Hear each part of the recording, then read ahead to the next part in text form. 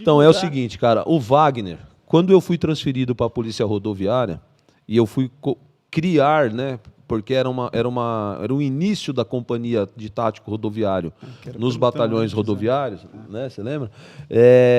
O Wagner era um dos recrutinhas do policiamento rodoviário que tinha sido escolhido para ser da nova companhia tática rodoviária. Eles eram policiais bem novos de polícia. E foi muito interessante porque, como eu levei sargentos de rota para lá, o tenente Henrique Narigudo, o tenente Henrique, como capitão na rota, foi vítima de um roubo à residência. Os vagabundos mataram ele na frente da família dele. Eu fui me despedir dele na UTI do hospital, ele com o corpo aberto, nos últimos momentos da vida dele. Também foi um sofrimento perder um amigo como aquele. Mas eu e o Henrique recebemos a missão de construir a nova companhia Thor junto com o capitão Carlos Alberto Chalé, um cara famoso e antigo de rota, mas o Chalé estava fazendo o mestrado, então ele apoiava, dava as determinações, as diretrizes, mas na prática mesmo fomos nós dois os oficiais, junto com os sargentos de rota e alguns sargentos que vieram do policiamento, que já eram do policiamento rodoviário, para criar aquela estrutura toda. E por que eu fiz questão de falar isso? Essa garotada da turma dele, esses policiais, que eram 134 policiais, nós pegamos essa galera muito nova e conseguimos doutrinar e formar da melhor forma possível. Esses caras estavam muito rapidamente trabalhando em alta performance, porque pegaram uns puta professor de polícia que eram sargentos top. Sargento Pinge, Sargento Campman, Sargento Pelizon, Sargento Sérgio, Sargento Tafur, uns caras que... Sargento Wellington, antigão de tático do 12. Então, sem dizer o Capitão do Mato, né? Das Trevas. O Sub Santana, uma referência de rota aí, rodoviário. Então, cara, nós colocamos a nata do patrulhamento tático para criar essa companhia e eles não tinham vício ainda, vício nenhum. Então, eles foram doutrinados no mais alto nível, cara. E ele foi motorista de uma equipe de Thor durante um tempão do Campman, que é uma referência na rota. É um cara também que ele gosta muito e o Campman ajudou demais em tudo que aconteceu com ele, porque adora a família dele também. E aí, o que aconteceu? Num determinado serviço, quando nós encerramos o serviço, e por que eu consegui chegar no apoio dele? Porque eu tinha uma média de 7, 8 equipes de Thor rodando e 15 a 20 motos, era o pelotão fechado. E isso espalhava da divisa do Paraná até o Rio de Janeiro, Sistema Anchieta Imigrante, Ayrton Senna, Índio Tibiriçá. Só te cortando, qual que é o nome do polícia que morreu lá que você falou? Qual que... Que morreu, anotei aí que você falou. Capitão Carlos. O Capitão Henrique, o Narigudo. Ah, tá. Não, porque o cara falou aqui, sou filho do Sub Santana, estamos aqui o assistindo. filho do Capitão do Mato. Santana é meu irmão. Tá. Um abraço. Inclusive, um dos amores da minha vida, que era o meu cachorro labrador, que eu levei para Seattle. Então, esse menino aqui deve ter ajudado a criar, Lucas porque Sattler. o Santana pegou o cachorro para ele quando eu tive que mudar para apartamento. O Draco. E aí, o que aconteceu? Essas viaturas iam recolhendo, às vezes, com muita diferença de horário. Você pega uma viatura que está lá em Mongaguá, pega um flagrante, uma que está aqui em cima. Então, eu ia liberando as equipes quando ia recolhendo e algumas outras eu ficava esperando. Então, ele e o Campman foram liberados naquele dia, no horário normal, e eu ainda permaneci no quartel por um tempo, esperando algumas equipes que estavam com ocorrências chegar. E aí, ele saiu de serviço. Ele morava ali próximo ao Heliópolis, a família toda nascida e criada ali. Eles são agora não está mais naquela, mas na época frequentavam uma igreja evangélica ali na região do Heliópolis. Eles eram tudo conhecido ali. E o que aconteceu? Ele passou no caixa eletrônico, sacou um dinheiro que ele precisava quitar uma dívida que ele tinha pego esse dinheiro emprestado com o namorado da mãe dele. E ele foi até a casa dessa pessoa, que era ali próximo da Estrada das Lágrimas, e parou para fazer esse pagamento dessa dívida. Só que os vagabundos viram ele sacar o dinheiro no caixa eletrônico e acompanharam. Quando foram enquadrar ele no carro, viram a arma, houve ali os disparos, ali ele já tomou um disparo na cabeça, Ele conseguiu reagir, balear algum deles, mas os caras ainda pegaram a arma dele, porque ele foi ficando atordoado, e aí conferiram, deram mais 2 encostados na cabeça dele. Então ele sofreu 3 disparos de pistola, tudo encostado na cabeça. Caiu ali na rua, ficou ali agonizando por um tempo, perdendo massa encefálica, até que as viaturas do terceiro chegaram lá na época. E aí socorreram ele para o hospital do Heliópolis. Por sorte, o hospital do Heliópolis é uma referência em atendimento de trauma, porque lá, por causa daquela comunidade violenta do caramba, toda hora tem indivíduo baleado ali. Então, ali, a estrutura de atendimento de baleados era muito top, porque os médicos mais especialistas nisso trabalhavam ali. E ele deu a entrada, cara. Só que quando os caras socorreram ele e descobriram depois que ele era a polícia, jogaram na rede rádio, ó, policial da rodoviária baleado, socorrido ao PS de Heliópolis. Bateu no rádio, eu ainda estava na companhia. Eu montei a equipe e voei para lá. A hora que falou que era Heliópolis, eu já sabia que era ele, porque eu conhecia os 134 policiais da companhia. Aí eu falei assim, puta, é o Wagner, meu, corre para lá, corre para lá. Para você ter uma ideia, os Mike que já tinha ido embora, que quando começou todo mundo a avisar, foram voltando para a companhia. Todo mundo voltando, não importa onde estava. E aí eu fui a primeira viatura de Tora chegar lá, estava a viatura do terceiro preservando o carro. Falei, meu, cadê o polícia? Cadê o polícia? Os caras, chefe, está no PS. A hora que eu vi a massa encefálica, eu falei, meu Deus do céu, cara. Eu corri para o hospital. Cheguei no hospital, subi no andar que era o centro cirúrgico e a parte neurológica. Aí estava saindo do centro cirúrgico o neurologista, cirurgião. Aí eu falei, doutor, como é que ele está? Ele falou, o que você é dele? Eu estava fardado. Eu falei assim, não, eu sou o comandante dele. Ele falou, você não é família? Eu falei, não. Ele falou assim, então, amigo, é o seguinte, você procura alguém da família dele e já prepara, porque no caso dele é praticamente óbito. Eu nunca vi na minha carreira alguém escapar do tipo de lesão que ele teve. Ele perdeu muita massa encefálica e não tem saída, o tenente. Puta, aquilo foi um choque para mim. Eu falei, meu Deus do céu, cara. Aí eu olhei para o lado, quem estava vindo? A irmã mais velha dele. Ele tem uma família maravilhosa, umas irmãs que são briguentas assim para trabalho, para coisa certa. É uma coisa diferente, só quem conhece sabe. E aí, essa irmã dele estava vindo, séria, falou, Paganoto, o que está acontecendo? Eu falei assim, não, seu irmão entrou no centro cirúrgico, esse médico acabou de fazer uma cirurgia nele. Estava com pressão intracraniana, está fazendo a cirurgia aqui. Ela falou assim, ah, tá bom. Eu falei assim, só que a notícia não é boa, meu. Você prepara a sua mãe, prepara as suas irmãs, que... Pode vir uma notícia ruim. Eu vou falar bem a real para você. Eu acho que o Wagner não vai conseguir sobreviver. O que o médico me falou é que o tamanho da lesão que ele tem, ele nunca viu alguém escapar. Ela olhou para mim, não se abateu e falou assim, Paganoto, meu irmão vai sair daqui bem. Eu falei, Rô, não vai. Não entra nessa pilha, porque você tem que preparar sua mãe, você tem que preparar suas irmãs e você é a mais forte. Ela pegou e falou assim, não, você não entendeu. Eu estou falando para você, meu irmão vai sair daqui bem. Eu falei, ó, eu fiz a minha obrigação. Eu te falei o que eu ouvi do médico. E agora você faz o que você quiser com essa informação. Ela, não, tudo bem. Ela desceu de elevador, eu ainda fiquei resolvendo, porque eu peguei o celular e comecei a acionar tudo que eu tinha de equipe. Quando eu desci, cara, e aí isso é o testemunho de fé. Eu não sou evangélico, mas eu creio na fé desses caras por causa disso.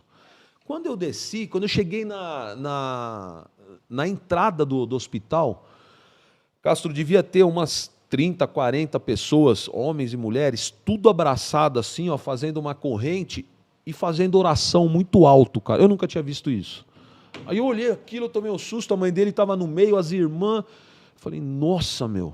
Aquilo me chamou a atenção, eu fiquei arrepiado, mas eu queria catar os ladrão. Eu só olhei aquilo, deixei uma viatura ali e falei, rapaziada, eu vou atrás dos vagabundos que fizeram isso. E a viatura do terceiro ficou ali até chegar uma nossa, rodoviária. Eu fui. Quando eu voltei para o carro dele, eu vi que tinha um rastro de sangue que subia para a Estrada das Lágrimas, e não podia ser dele, porque ele caiu ali. Ficou no local. Aí nós subimos a pé e fomos seguindo os pontos de sangue, até entrar numa casa, dentro de Heliópolis. A hora que nós entramos, já começamos, daquele jeito, né? Todas as técnicas de persuasão. E aí deram para a gente, o moleque. Nós fomos levantando informação e, como a gente era rodoviário com área muito grande, eu pedi para as viaturas que estavam no litoral ainda em patrulhamento e em todos os PS. Cara, a gente ia em PS de tudo que é cidade.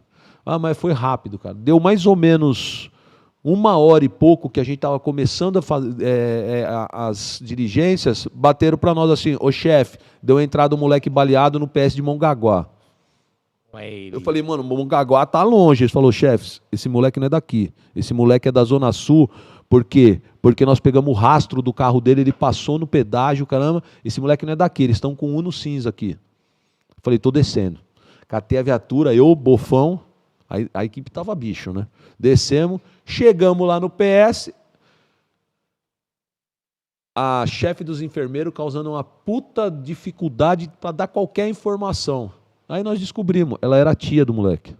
E o moleque estava baleado, sem risco de morte, se escondendo no PS. Aí foi mais umas técnicas de persuasão.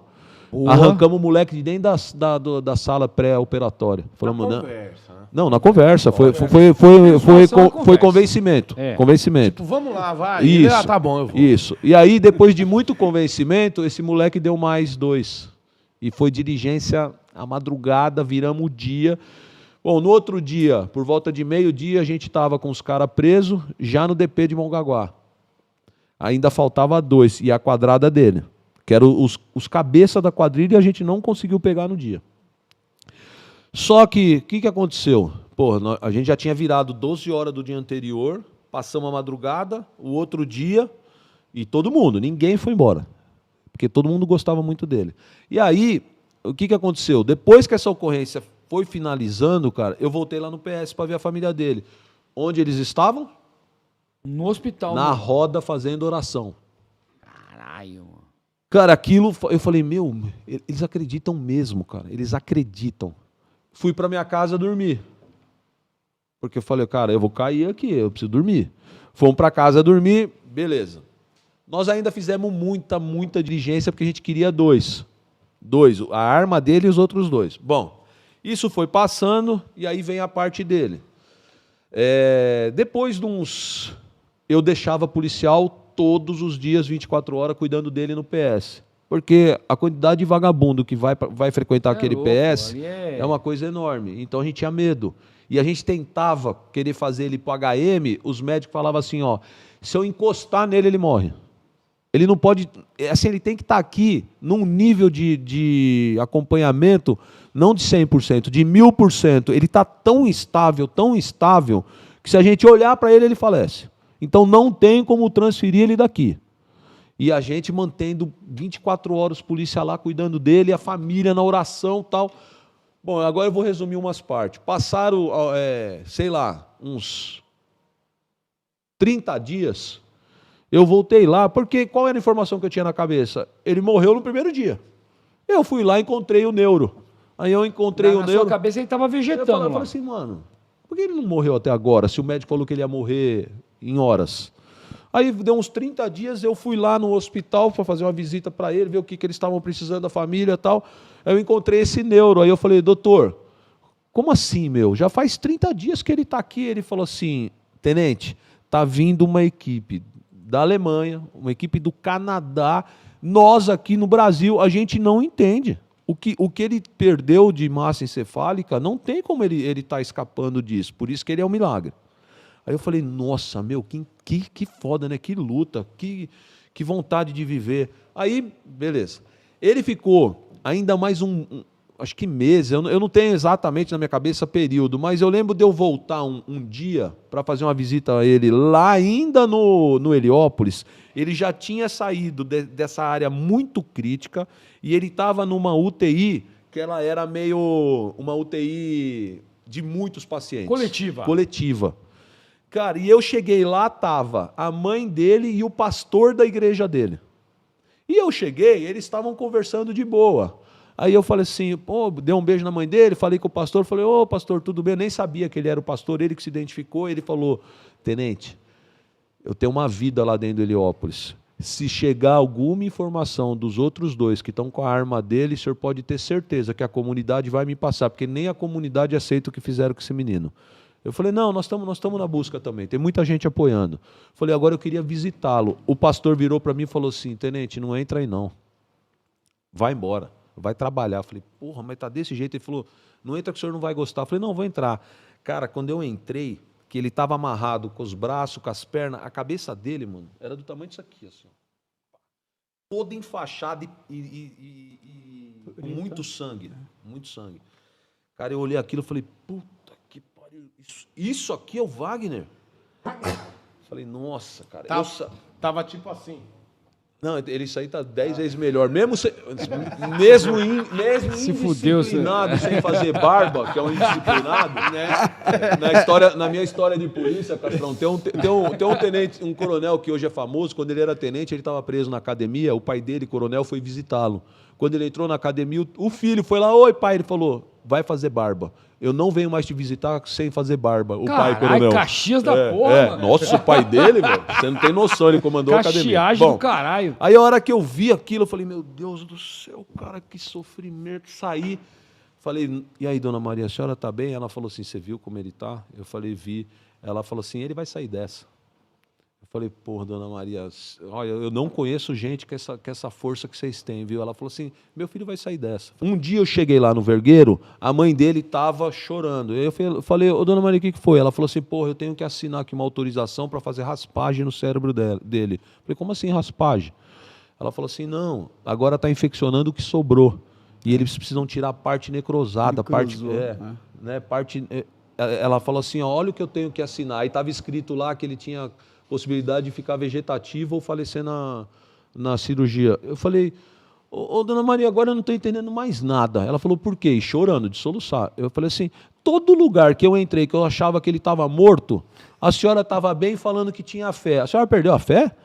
Aí ela se enxugou assim e falou assim, você tem razão. Assinou e entregou para o médico, na minha frente. Falei, caramba. Aí eu entrei na sala, ele estava amarrado e ele pulava, ele subia uma altura assim, ó, da cama, cara, gritando de dor. Aí eu virei pro médico e falei, não dá para dar alguma coisa para ele, olha o estado que ele tá. E as irmãs, a mãe vendo tudo aquilo. Os caras falaram assim, ele toma todo dia morfina. O top da morfina, ele não pode tomar mais nada. Só que a infecção no cérebro dá isso nele. Não tem como fazer, tem que esperar. O corpo tem que reagir e ele melhorar. Eu olhava aquilo, cara, eu não conseguia ficar 10 minutos. Eu falava, para mim não dá, vou embora. E a família aguentando. Mas isso foi mais de ano, mano, nesse sofrimento. Uma das últimas vezes que eu fui, ele estava na cama já melhor, depois dessa cirurgia. Por isso que ele é um milagre. Isso aqui é aquele... Não tem Joseph Klimber. Ele é o Klimber. Joseph Klimber. Aí um dia que eu fui lá, cara, ele estava já... Tinha melhorado a cirurgia, tudo. Deitado assim, ele... Ô, chefe. Falei, pô, tá me reconhecendo ele. Sei não se foi bom ter melhorado, escapado... Mas assim, nem mexia metade, nada, assim, zoado. A cabeça um buracão aqui, ó. Você olhava aquilo, você falava, meu Deus. Aí eu falei, por que, Wagner? Ele falou assim, oi, chefe, eu tô impotente, não sobe mais. Mexeu assim, ó, ficou pra fora na frente das irmãs da mãe e falou, ó, não funciona. A mãe dele, para, Wagner, cobriu ele. Eu não sei se eu quero viver assim, não.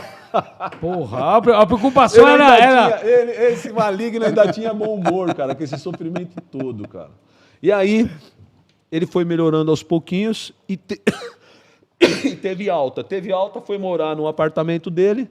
E aí, como ele perdeu o controle de muita coisa, de emoção na cabeça, ele passou por um período meio depressivo que ele queria se jogar do 11º?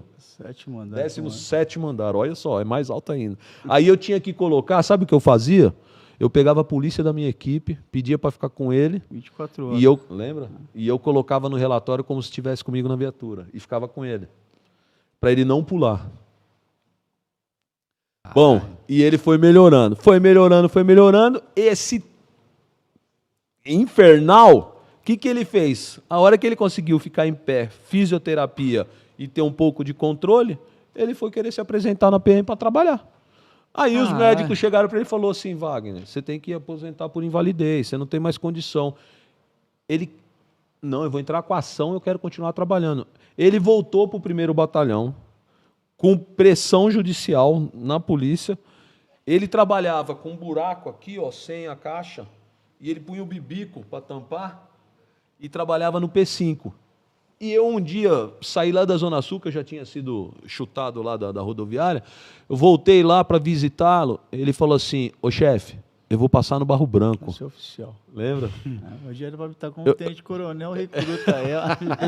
Eu falei pra ele assim, ô Wagner, eu não duvido de você, depois de tudo isso aí, eu não duvido de mais nada. Prestar continência pra mim. Aí, você é subordinado, né, mano? A prótese é do outro lado, né? Desse lado você pode tomar uns tapão, né?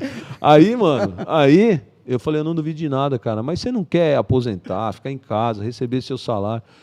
Ele, não, eu quero trabalhar. E ele ficou um tempo trabalhando no serviço de relações públicas lá. Só que é o seguinte, desses dois indivíduos, um indivíduo tinha um certo envolvimento com alguns policiais civis. E do nada, cara, apareceu uma equipe da Polícia Civil dizendo que ele tinha sido reconhecido num estupro. Só que ele estava inválido do lado esquerdo, com problema com a libido, porque você imagina, não tinha condição nenhuma, cara, dele. E a acusação foi que ele rendeu um casal, estuprou a menina e estuprou o cara. Caralho. O cara que ele estava quase que paraplégico, né? Porque aí você já estava se movimentando, você estava ficando em pé. Ele tinha feito a operação urológica na ocasião, estava com o pênis tudo cauterizado. Ó, o Estado. Caralho, não bastasse mano. isso, com esse reconhecimento e uma ajudinha dos meninos de bom coração que estavam envolvido com tudo isso, que nós não vamos falar nome aqui, e nem você vai falar, senão eu te dou um chute, você vai parar lá embaixo. O que aconteceu? Ele foi preso preventivamente no presídio militar Romão Gomes, cara. Sem caixa, sem calota craniana, totalmente inválido de um lado, com um problema... A caceta toda cauterizada. Que ele já te falou. Já falou. Deu tudo negativo no IML da menina. E as características físicas do algoz dela, 1,53 m, que ela falou, cabelo enroladinho, comprido assim, ao meu. Hoje eu estou aposentado, ó, fica grande, antes eu cortava com a maquininha 1, e no dia que ela fala que ela foi atacada lá, foi o dia do nascimento, a época da minha sobrinha, meu cabelo estava bem curtinho, eu tinha feito uma operação urológica, estava tudo, e eu uso órtese na perna, e ainda deixo que eu chuto. E risco que apaga. Você acredita, cara, que as irmãs... Ele estava preso todos os dias, e tendo convulsões todos os dias. E mesmo assim foi acusado de estupro. Fala pra mim, não, cara. do cara e da mina. Caralho. Tipo assim, eu fico pensando, enquanto ele estava estuprando a menina, como é que o outro cara ficou rendido por uma pessoa que só mexe uma mão? Assim, o negócio era tão doentio que quando as irmãs dele me ligaram, Castro, falaram assim, meu irmão tá sozinho no presídio, não tá tendo apoio de ninguém, nós não temos fortuna para pagar bons advogados, a gente precisa da tua ajuda. Eu era, acho que capitão ou major? Acho que capitão, né? Falei, eu tô indo visitar ele agora. Entrei lá no Romão, fui visitar, aí foi uma desgraceira, né? Porque ele estava no limite do suportável, começou a chorar, ele não conseguia nem explicar o que estava acontecendo. E eu chorando junto com essa desgraça. Meu, eu saí esse dia do presídio, cara. Arrasado. Nossa, cara, eu falei, meu, que vida é essa pra gente, cara, que desgraça é. Depois de tudo que ele passou, agora tá com isso. Falei pra ele, eu vou ser sua testemunha. Aí ele, chefe, o senhor me ajuda? E eu fui testemunha dele na audiência. E ele foi absolvido, cara. Só que quanto tempo você ficou preso? 1 ano, 5 meses, 27 dias, 13 horas, 23 minutos. Se acalme, senão a gente não continua. Até ser absolvido. Olha o tempo que esse cara ficou preso. Caralho, mano. Calma que nós temos um monte de coisa boa para contar aqui. Aí ele foi absolvido. Mas ele tem que se emocionar mesmo, porque você ficar não, senão a gente não consegue falar. Mais de 1 ano preso injustamente, é tomar banho, mano. Aí ele foi absolvido e queria voltar a trabalhar ainda. Queria voltar a trabalhar. Você viu aqui como ele é. Então, cara, é assim. Desce um pouquinho o microfone. Então, Pra lá. depois disso, ele ainda foi fazer direito, mano. Ele estava no quarto ano, 2º semestre. Agora, recente. Sem pegar DP, estudando sozinho. E Ele só parou por questão financeira, porque o salário dele caiu muito, né, Wagner? Caiu muito. tenho E aí ficou família. difícil. Aí, cara, aí que eu falo que Deus opera, Deus é foda. Ele conheceu uma menina, né? Na igreja. Fala dela aí. Eu perdi o cérebro, ela perdeu o juízo. Mas a caceta não tava mais cauterizada, não, né? Ah, mas foi bem depois, Castro. Isso foi muitos anos depois. Demorou quase 5 anos. Já tava boa, já, né? Aí consegui fazer até uma filha bonita. Hoje ele tem essa menina maravilhosa dessa filha dele. Casou com a esposa dele, é enfermeira. Aí, ó. Entendeu? Mas o homem quer em mim, tá vendo? Sou Aí, ó. esperto. Essa é ligeira, hein, mano? Então, é um milagre. E eu fiz esse testemunho no outro episódio e todo mundo queria conhecê-lo. Porque você acredita que outro dia, a gente fica falando isso, parece que é um mantra agora para querer se fortalecer. Não é? Teve um coronel que foi numa solenidade aí que ficou falando que vou nos podcasts falar mentira. Olha a mentira aqui, ó. Que pariu. O mongoloide sem história, olha a mentira aqui. Isso vai se acostumando, que isso daí é só o começo. Vai ter muito ainda. Vai ficar pior. Vai ficar pior. Então,